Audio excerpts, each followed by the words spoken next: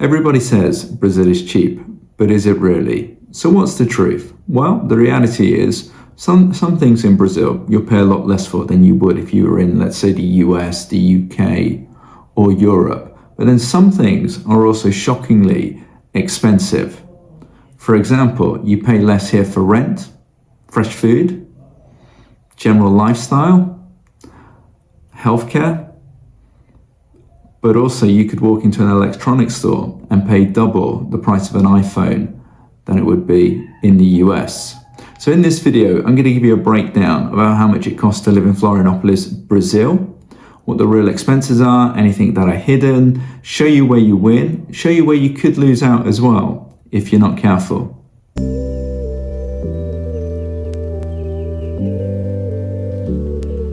If you're new here, my name is James Rocks. I'm from Rocks Investments, and I work with international clients looking to live or invest in Florianopolis and in other places here in Santa Catarina state. And this series is all about giving you a real, on-the-ground understanding of Brazil. Now, if you understand how the market actually works, Brazil can give you an incredible lifestyle. Now, let's start with probably the biggest cost, where you live. Renting. Let's look at renting first. If you're coming to Florianopolis as a foreigner, renting can be complicated, first of all, because many landlords will require like a Brazilian guarantor, known as a fiador. Also, there's the option for rental insurance, which is like a monthly insurance you would pay on your credit card, usually about 10% of the rent value, or they may make you pay a year up front as well. Without this, your options become quite limited and you may get yourself locked into Airbnb. So if an Airbnb landlord can give you monthly rolling rent, for instance, or you have to come to a word of mouth agreement with a landlord without going through real estate agencies and that kind of thing, which can be difficult to come across. What's a typical rental? This is average, okay, because it will vary from neighborhood to neighborhood. But typically, if you're going to rent a 1 to 2 bed apartment, you're going to pay somewhere between 2.5 thousand reais to 6,000 reais a month, okay?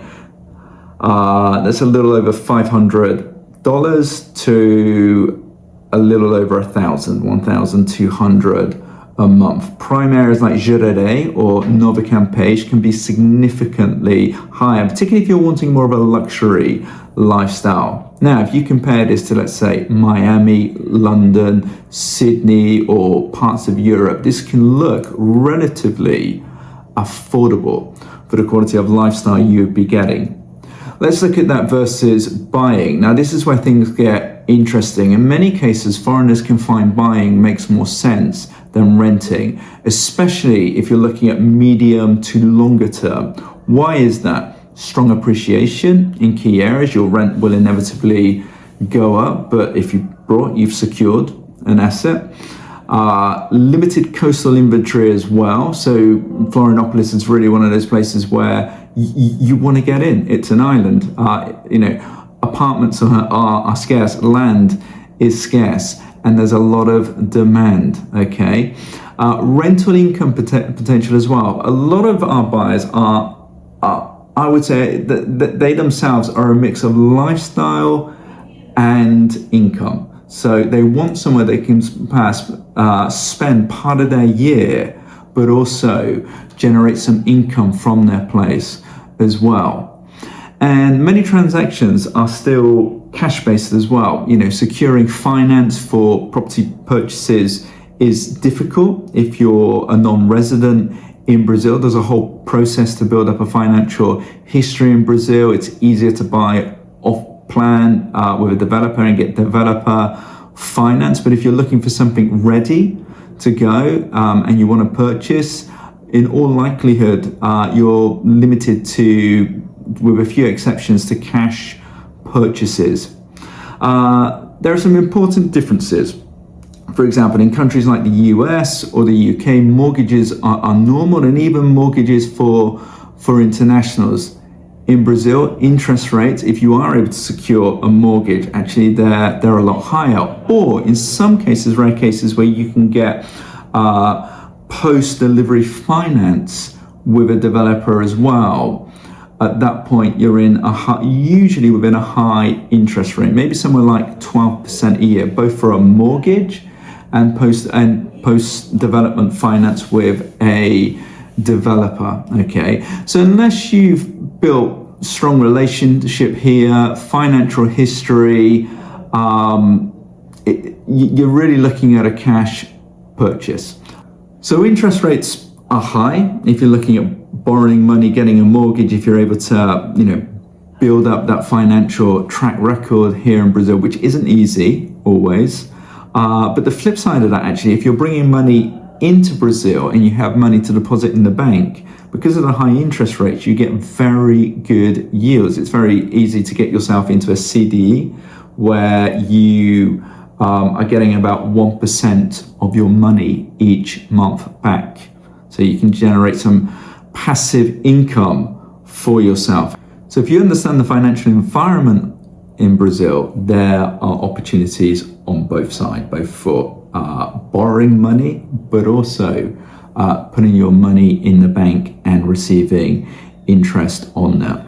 Okay, now let's talk about everyday living. And this is where Brazil gets interesting, okay? So if we're looking at food, if you eat local products, Brazil is incredibly good value. And it's got to be said as well, fresh food in Brazil is unbeatable. It's an amazing place for food. I'll be honest, when I used to live in the UK but visit Brazil frequently, I would dream about the barbecues in anticipation of coming. That's just how good the fresh meat is here. So where do you win? Particularly if you're from Europe, United States to UK, fresh fruit, meat, fish, vegetables, and eating out in restaurants as well, you'll find that actually it's very reasonable. So in many cases, the quality to price ratio is far better than it is in many places in the world. Okay, typically I'd say a local grocery cost per month, if you're a single person, maybe 800 to 1,500. Now we're a family of four. My wife and myself and two, I'd say, teenage children, a 16-year-old daughter and a 12-year-old who's the size of a 16-year-old with a very healthy appetite. In reality, we spend about between 3,000 to 4,000 reais a month on groceries. And, we eat meat, fish every day, fresh fruits, vegetables. They have a lot of rice and beans, being Brazilians as well, and other treats as well, okay? So we do very well for that amount. Eating out can still be surprisingly affordable as well.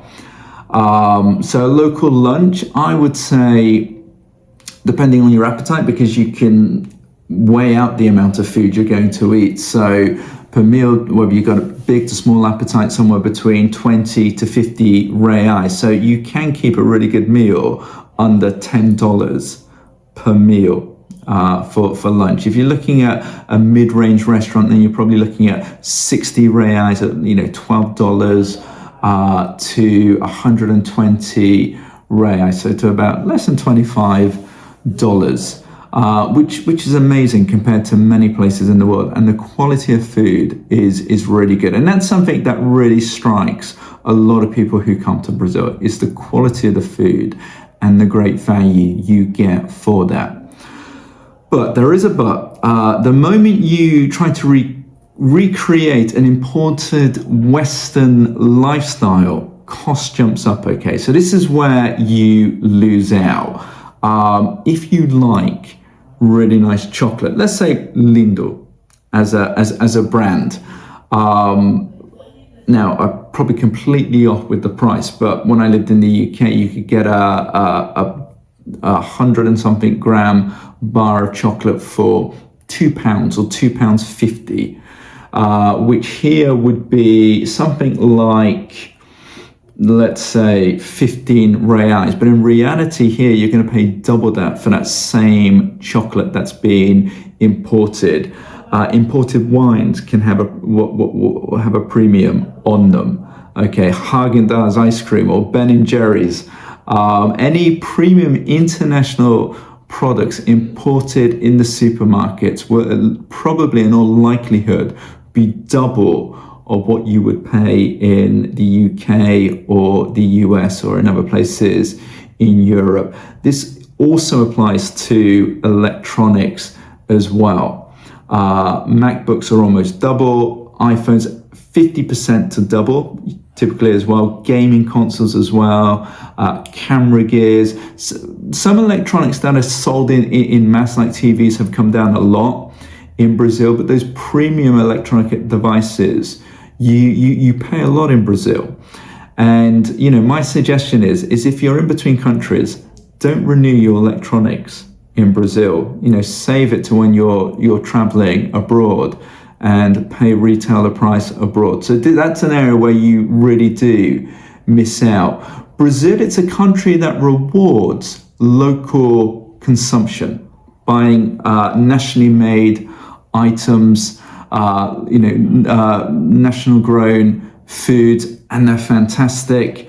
But when it gets into imported food, you know, particularly those kind of Western type style chocolates, treats, that kind of thing, there are national brands that are fine, or electronics, then it gets expensive. What about transportation? Obviously you want to get around securely, safely, and this is another area where expectations can be mismatched. Yet again, in some areas you really win, and some areas you lose out. So let's take a look. Uber. I've got to say, actually, Uber is very affordable in Brazil. Within Florianopolis itself, if you're taking a ride to neighboring neighborhoods, that kind of thing, you're looking at 20, 25 reais.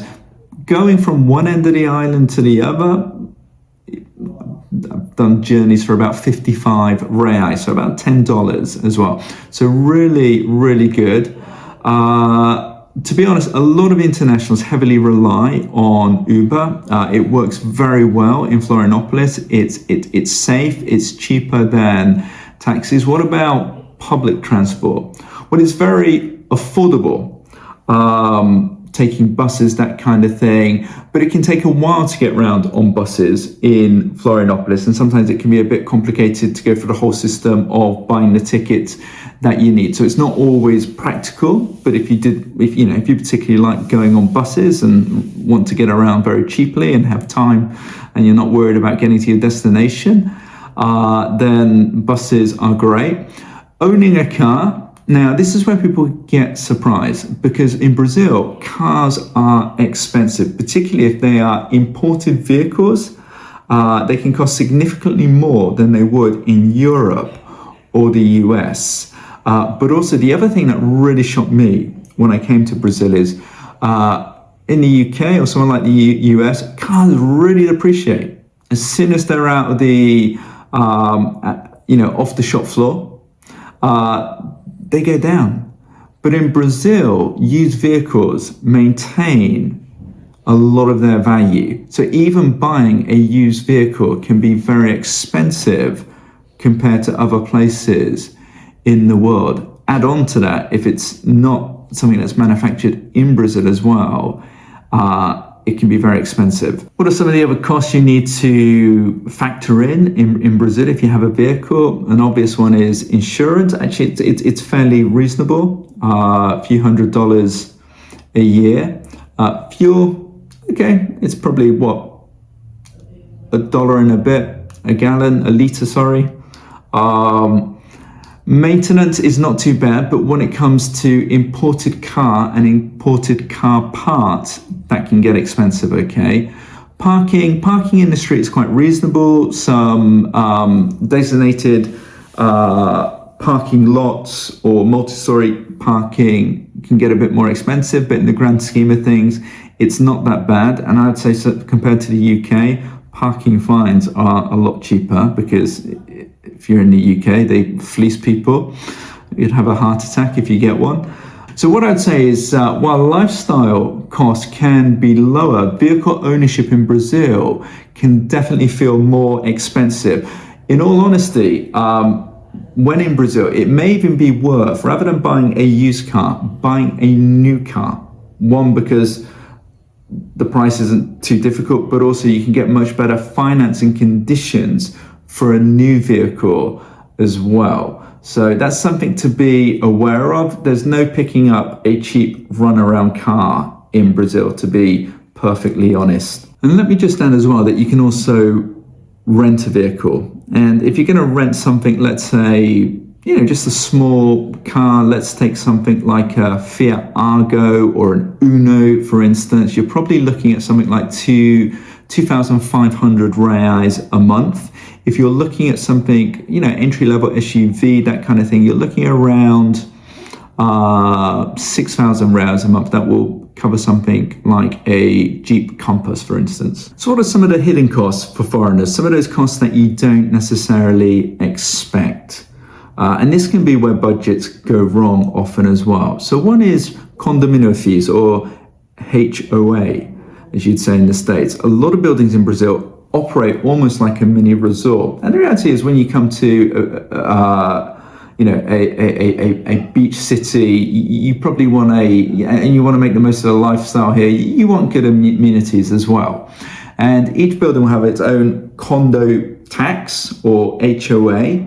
A lot of these buildings will be like resorts, so we'll have a swimming pool, 24-hour security in many cases, its own gym, beachfront amenities. It may have a concierge service as well. So condo fees can range a lot in a place like Florianopolis and all over Brazil. One tip I give is, actually sometimes older buildings, older condos can be a lot less efficient than newer ones, particularly when they're very staff heavy and maintenance heavy and don't have much automation within them. So what's a typical fee? Well, HOA fees will start around 300 reais a month, and will probably go up to about 1,500 a month. Now that could be even higher if it's particularly luxurious and offers a lot of concierge services, needs a lot of people to maintain larger grounds, that kind of thing. What about utility bills? Usually electricity is fairly reasonable, but bear in mind, in the summer months, you're probably going to want to have your aircon on. And if you leave that on all day, then the bill can really add up. So maybe outside of winter, as a family of 4, we'd pay typically around 300 a month, running electronics, those kind of things, but put the air on and you're probably talking in the summer months around 600-700 reais a month, okay? Internet, what about internet? Well, we pay 150 reais a month. So that's about $30 a month for internet. It's a good connection. Everybody is satisfied here. If you're working online, working remotely, then be assured that normally internet is very reliable and reasonably priced. And of course you can have packages where you have TV thrown in with that, your cell phone data thrown in with that as well, and that can all be quite reasonable as a package as well. One thing to keep your eye on is exchange rates, because they can be volatile. I've been coming to Brazil for over 20 years and I've seen the real very low and Brazil appear very cheap when you're doing that conversion. But I've also seen, particularly during the financial crisis, after the financial crisis in 2008, the pound go down, the dollar go down, but the real get very strong, and all of a sudden Brazil fell very expensive, particularly on those imported items I mentioned here in Brazil. Stuff here even being 3 times as much as you would pay in Europe or the States. So that's something to keep your eye on. At the moment, the exchange rate is in a very favorable place. They're saying that the real is probably about 20% stronger than it was now than it was this time a year ago. So do keep an eye on that. It does seem for a few years the real has been fairly low, but you never know what's going to happen in the world, and that can, particularly when you have a foreign income, that's something you need to be aware of, that there could be fluctuations over a decade or so. Okay. Healthcare. This is a biggie, and this is a big surprise for a lot of foreigners. Okay, private healthcare in Brazil, if we're going to compare to the States, because I think a lot of Americans, I don't want to say you get a raw deal, but you certainly pay a lot for your healthcare.